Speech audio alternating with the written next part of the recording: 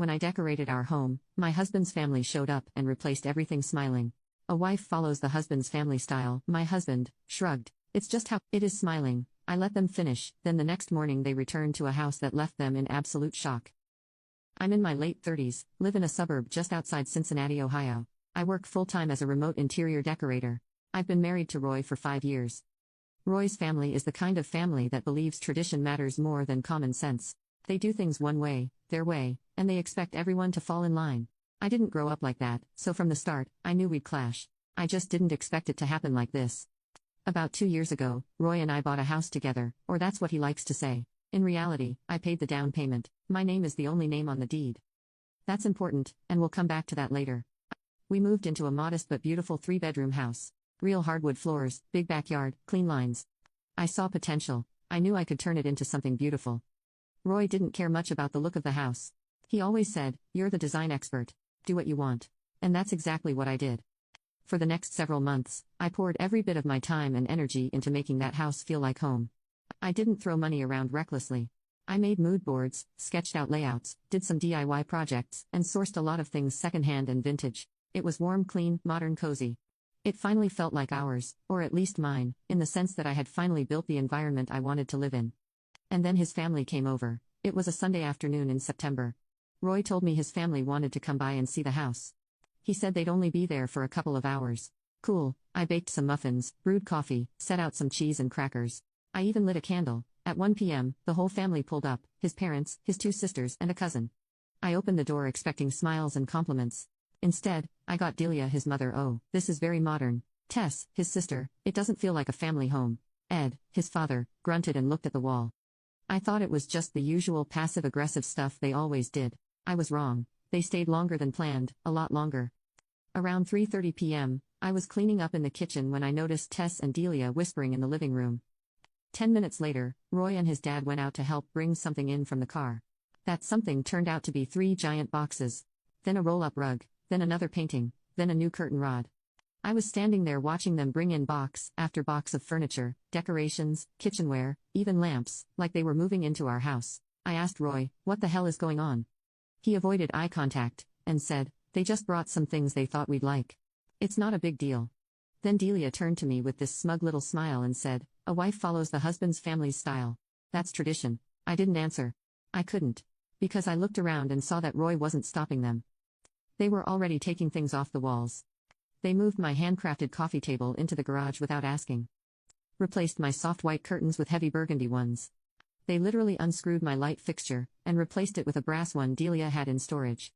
They shoved all my handmade vases, bowls, and ceramic decor into boxes and put up framed Bible quotes, fake flowers, and oil paintings that looked like they were stolen from a church basement. I kept looking at Roy, thinking he'd say something. He didn't. When I finally confronted him, he just said, "It's just how it is. They're trying to help." No, they weren't helping. They were taking over. But I said nothing. Not yet. I sat quietly on the couch for the next 2 hours, watching them redecorate my house like I didn't even live there. They acted like I was invisible. Delia kept giving directions like she was the general of a design army. Molly was hanging religious wall art while talking about energy flow. Tess took down my handmade curtains and folded them like they were trash. No one asked permission. No one cared what I thought.